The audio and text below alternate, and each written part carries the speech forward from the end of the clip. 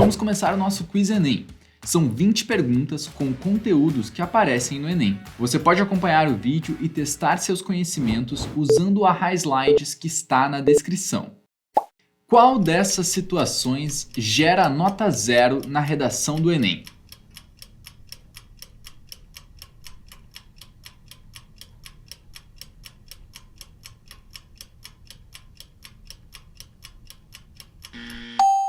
Resposta adequada: fuga ao tema. Caso vocês usem apenas repertórios baseados nos textos motivadores, mas ainda tenham uma abordagem temática completa e respeitem o gênero textual dissertativo argumentativo, ainda é possível tirar 120 pontos na competência 2 e talvez isso nem prejudique o resto do texto de vocês. No caso da tangência do tema, a gente sabe que os descontos vão ser grandes, mas também não vão gerar uma nota 0. Se vocês tangenciarem, vocês vão fazer 40 pontos na C2, 40 pontos na C3 e 40 pontos na C5. Mas o que zera mesmo, gente, o que zera a redação é a fuga ao tema. Mas fiquem tranquilos, vocês não vão zerar a redação, porque vocês vão fazer aquele conselho simples que a gente dá aqui no Me Salva para evitar isso. Vocês vão colocar as palavras da frase temática dentro do texto de vocês. É isso mesmo. Pega aquelas palavras que constituem o tema da redação e coloquem no texto de vocês logo na introdução. Qual dessas situações gera nota 0 na redação do Enem?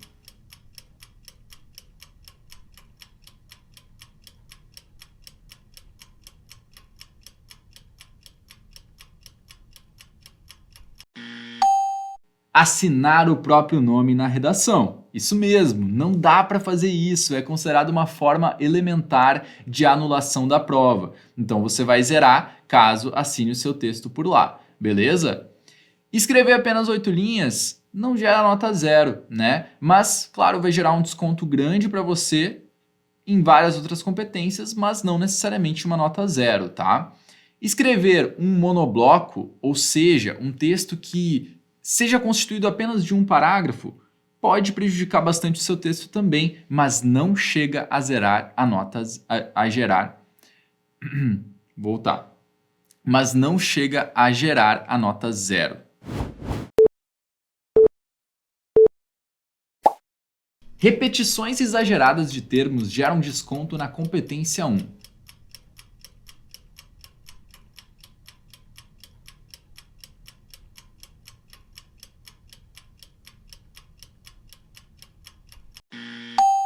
Falso! Repetições exageradas de termos geram desconto na competência 4, que é a competência que diz respeito à coesão dentro do texto de vocês.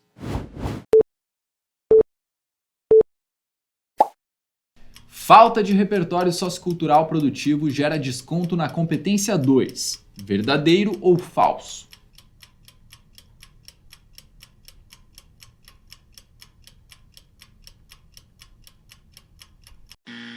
Verdadeiro! Essa eu sei que muita gente acertou. A competência 2 é muito conhecida por conta do uso de repertório sociocultural.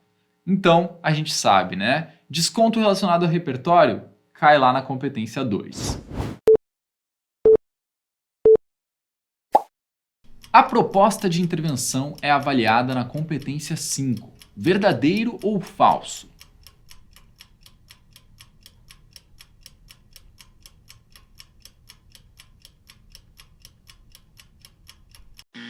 Verdadeiro! Verdadeiro! A competência 5 é aquela que basicamente avalia a nossa proposta de intervenção. Avalia se nós conseguimos colocar agente, ação, meio, detalhamento e finalidade dentro da proposta e, caso a gente consiga fazer isso, criando uma proposta que seja interventiva e que esteja relacionada ao tema de redação, a gente já consegue garantir 200 pontos na C5.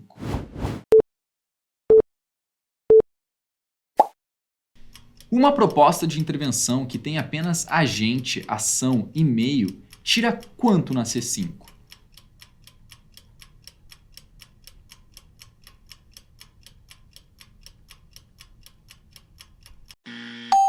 A resposta adequada é 120. Por que isso, pessoal? Porque se você tem agente, ação e meio, isso significa que você não tem dois tópicos essenciais para gabaritar a proposta, que são detalhamento e finalidade. A cada tópico que vocês deixam de colocar na proposta, vocês estão perdendo 40 pontos. Se tem dois tópicos faltando, a gente perde 80 pontos, então a nota final da C5 fica em 120 pontos. A proposta de intervenção só é avaliada se estiver no último parágrafo do texto. Verdadeiro ou falso?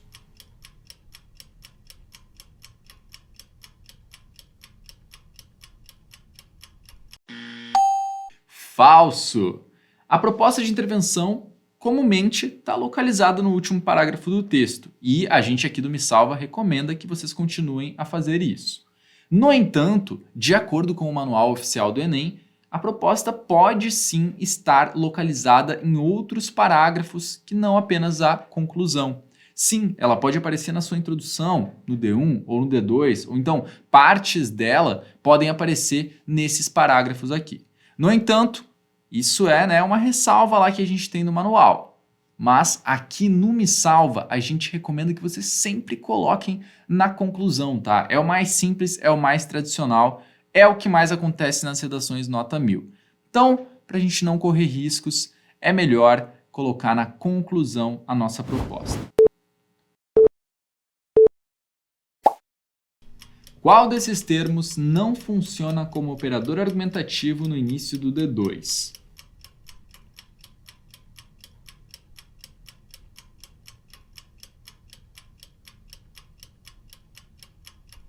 O termo que não funciona como operador argumentativo é o é possível. Os outros dois termos dessa questão funcionam muito bem como operadores, porque eles são conjunções aditivas. O além disso e o outro sim tem a ideia de conexão com o que veio antes. Eles querem dizer, que a gente está adicionando uma nova ideia. A partir do momento que nós temos essa conexão de significado entre o que veio antes e o que vem depois, a gente já está tendo um operador argumentativo. O é possível não tem essa conexão, ele não adiciona uma nova camada de sentido na relação entre o que veio antes e o que veio depois. Geralmente, operadores argumentativos serão conjunções que carreguem significados de adição, de consequência, de adversidade, Pode até existir um operador argumentativo que não é assim, mas aí vocês têm que lembrar que este termo, este operador, ele tem que fazer alguma referência ao que veio antes. Por exemplo, se vocês utilizarem o em segundo lugar no início do D2, ele vai estar valendo como operador argumentativo. Por que isso? Justamente porque ele nos mostra uma relação com o que veio antes. Se existe um segundo lugar, quer dizer que teve um primeiro lugar. Essa conexão já caracteriza o elemento como operador argumentativo. Palavras de juízo de valor são aquelas que expressam opiniões a respeito dos argumentos colocados no texto. Verdadeiro ou falso?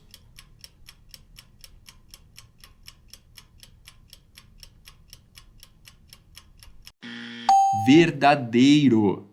Palavras de juízo de valor são muito importantes para o texto de vocês. Elas podem ser advérbios que indiquem que algo é bom ou ruim. Por exemplo, quando usamos infelizmente no nosso texto, estamos dando uma opinião em relação à situação descrita na redação. Podem ser advérbios, podem ser adjetivos, quando dizemos que algo é trágico, que algo é urgente. A gente está usando esses adjetivos justamente para expressar juízo de valor, expressar opiniões. E também, palavras de juízo de valor podem ser até mesmo verbos. Dependendo do verbo que a gente escolhe, esse verbo já é carregado de uma opinião. Por exemplo, quando nós dizemos que determinada situação afeta um grupo de pessoas, afetar é um verbo que tem dentro de si mesmo a ideia de negatividade. Se afeta, quer dizer que faz mal. Então, esse verbo afetar está carregado da opinião do escritor. E é muito bom que vocês utilizem esse tipo de palavra, tá? Na redação do Enem, é sempre importante colocarmos a nossa opinião em relação aos argumentos e repertórios que são apresentados. Pode ser uma opinião positiva, uma opinião negativa, mas ela tem que aparecer por meio dessas várias possibilidades de palavras de juízo de valor. Não existe detalhamento da finalidade. Verdadeiro ou falso?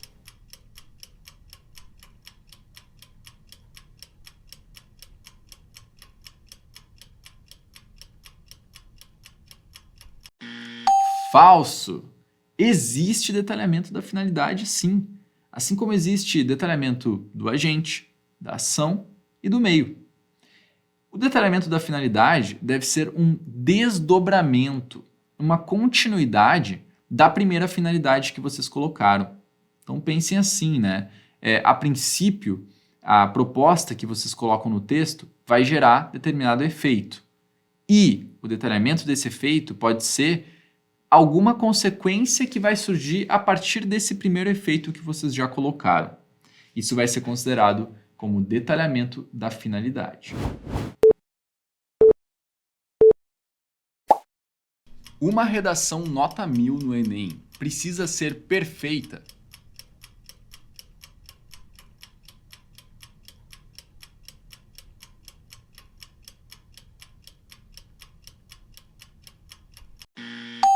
A resposta é não! Existem vários pontos ali na grade de correção do Enem que permitem que a redação nota 1000 tenha sim alguns pequenos deslizes, tá? Por exemplo, na competência 1, vocês podem cometer até 2 desvios e uma falha sintática e ainda gabaritar essa competência.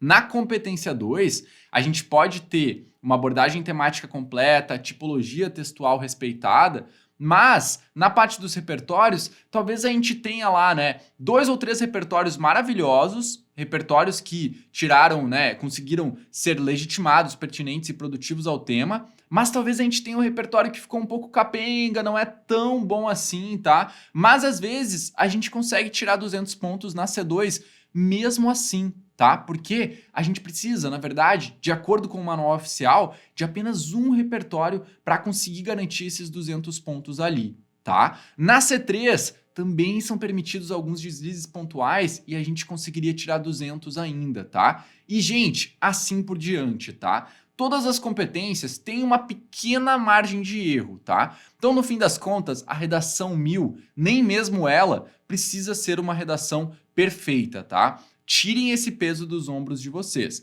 Claro que o texto 1000 é um texto que geralmente está muito bem escrito e está totalmente de acordo ali com o manual de correção, mas ele também tem uma margem de erro para a gente testar, certo?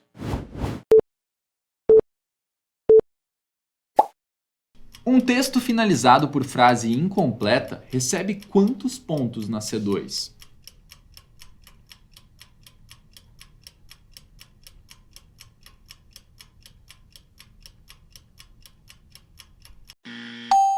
$80 pontos. É isso mesmo, gente. Um texto finalizado por frase incompleta recebe no máximo 80 na C2. O que é essa frase incompleta?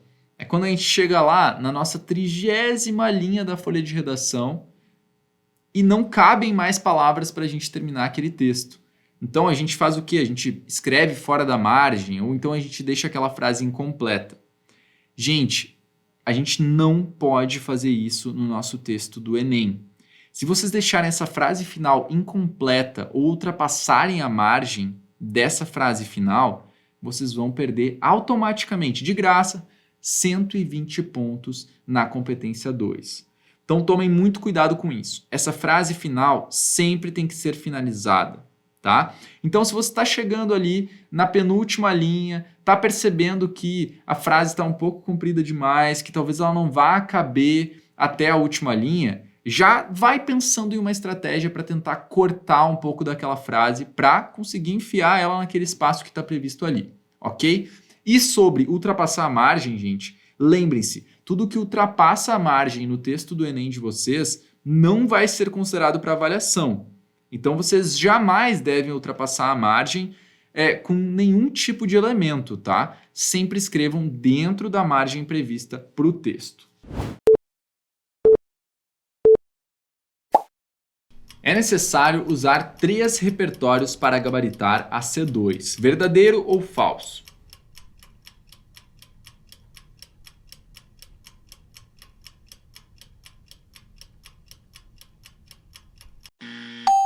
Falso! Falso! Porque, de acordo com o Manual Oficial do Enem, vocês precisam usar, obrigatoriamente, um repertório que tenha todas aquelas características boas do repertório, né? Ele tem que ser externo aos textos motivadores, tem que ser legitimado, pertinente ao tema e produtivo em relação à discussão proposta por vocês. Se vocês tiverem um repertório assim, um repertório lindo assim, já dá para conseguir 200 pontos na C2, tá? Não existe a obrigatoriedade de colocar 3 repertórios. No entanto, e aí a gente traz para aquela ressalva, né?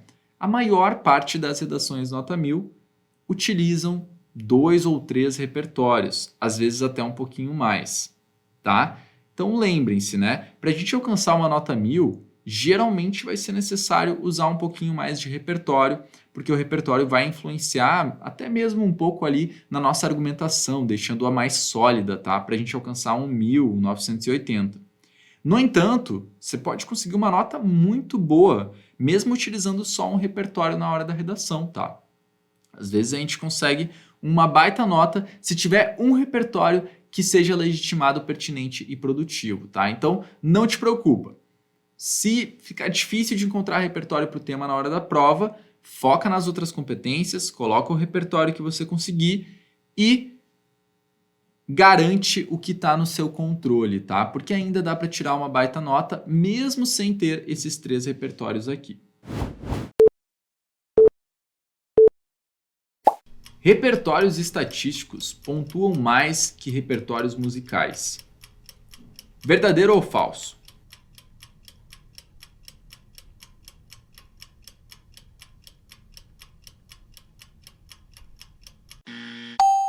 Falso, gente. Repertórios estatísticos, repertórios musicais, outros tipos de repertórios culturais, repertórios jornalísticos e assim por diante, todos eles têm o mesmo valor, partem da mesma base, tá? O manual de correção não define nenhum repertório como mais ideal do que o outro.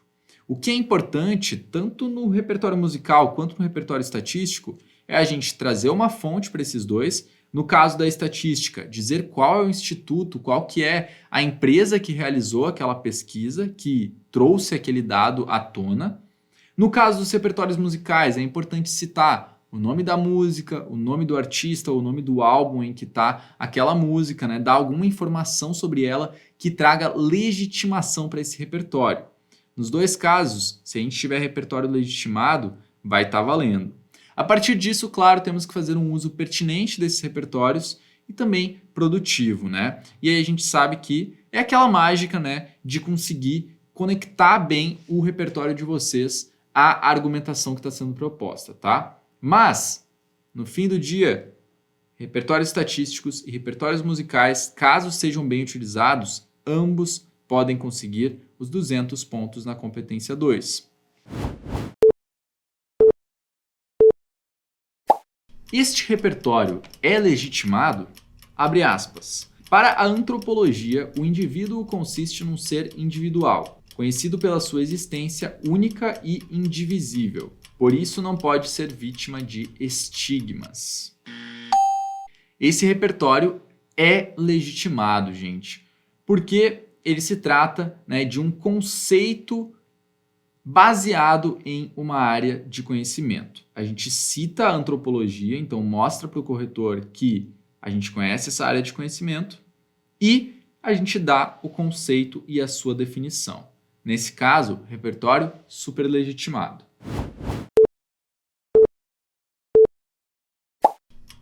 Este repertório é legitimado? Abre aspas. Há pessoas que não acreditam que a psicologia contribua para a saúde do indivíduo. Fecha aspas.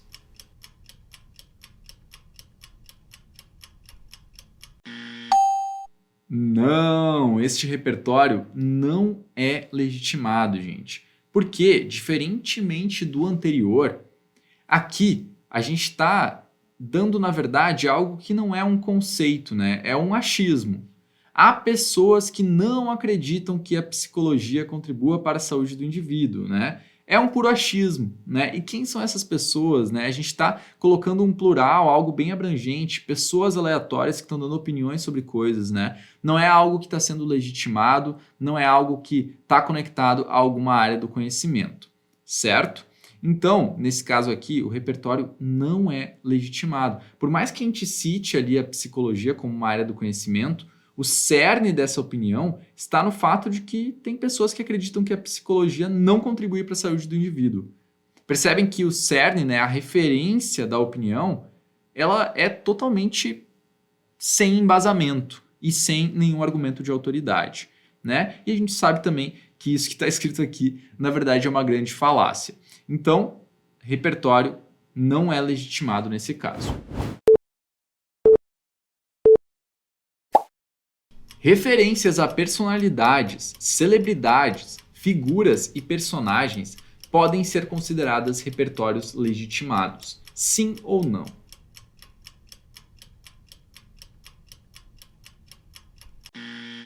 Sim!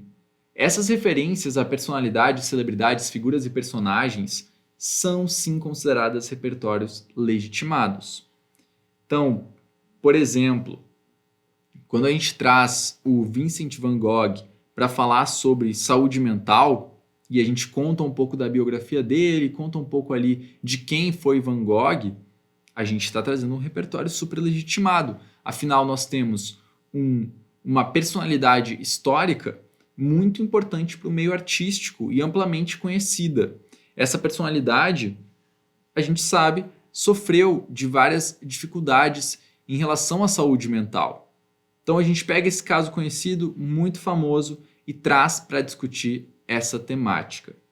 Isso pode ser importante para a galerinha que gosta de acompanhar famosos, celebridades, que gosta de acompanhar reality shows também, né? Se a gente conseguir trazer esses personagens dessas obras de forma legitimada, pertinente e produtiva, a gente pode garantir talvez 200 pontos na C2 a partir do nosso conhecimento de cultura pop e a partir daquilo que a gente acompanha das fofocas do dia a dia. Olha só que interessante. É possível sim, mas, de novo, né, vale lembrar, o que importa geralmente não é o que a gente traz de repertório, mas sim como nós trazemos, tá? Então, se você for trazer uma celebridade, traz como um argumento válido, né? Conta quem é aquela celebridade, de que área ela o que ela fez, o que conecta essa celebridade ao assunto que você está colocando na sua redação, beleza? Aí pode dar muito certo. Na redação do Enem, o que é considerado um parágrafo embrionário?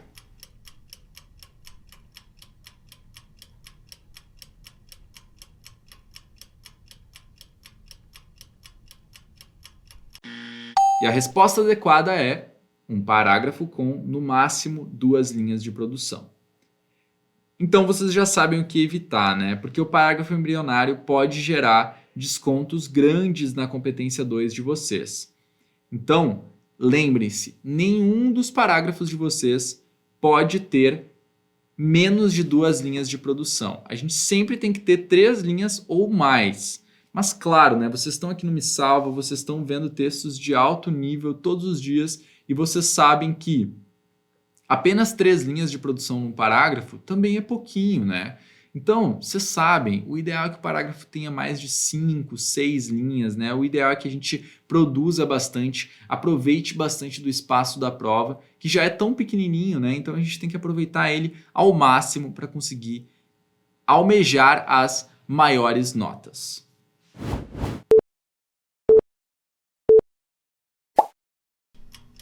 Escrever Facebook na redação do Enem gera desconto na C1.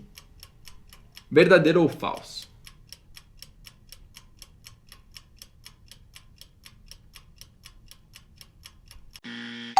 Gente, essa daqui deve ter pego muitos de vocês, tá? Porque isso é importante de a gente lembrar. e é pouco discutido sobre a redação do Enem, tá? Estrangeirismos, palavras que vêm de outras línguas e que são escritas dentro da redação do Enem, não são descontadas na C1, caso tenham algum equívoco de ortografia. Então esse caso aqui é um caso que está até lá no manual de correção oficial, tá? Facebook escrito dessa forma não vai gerar nenhum desconto na sua competência 1, não vai ser nem considerado um desvio, justamente porque é uma palavra estrangeira. E nesses casos, não se preocupem, isso não vai gerar desconto. Então, fica tranquilo, se você não sabe exatamente como que é a ortografia de uma palavra em língua inglesa ou em alguma outra língua estrangeira, não te preocupa. Dá para colocar essa palavra, né, da forma mais aproximada possível, claro, para que o leitor consiga reconhecer aquele termo, mas saiba que se tiver faltando uma letra ou outra, você não vai perder pontos na C1 só por causa disso, tá bom? Claro, o ideal é a gente conhecer a ortografia mais tradicional desses termos, tá? Mas é importante que vocês se lembrem que existe essa ressalva aí na correção do Enem, tá? Para corrigir algum equívoco do texto, o estudante não pode, e fiquem atentos a esse não pode, tá? O não.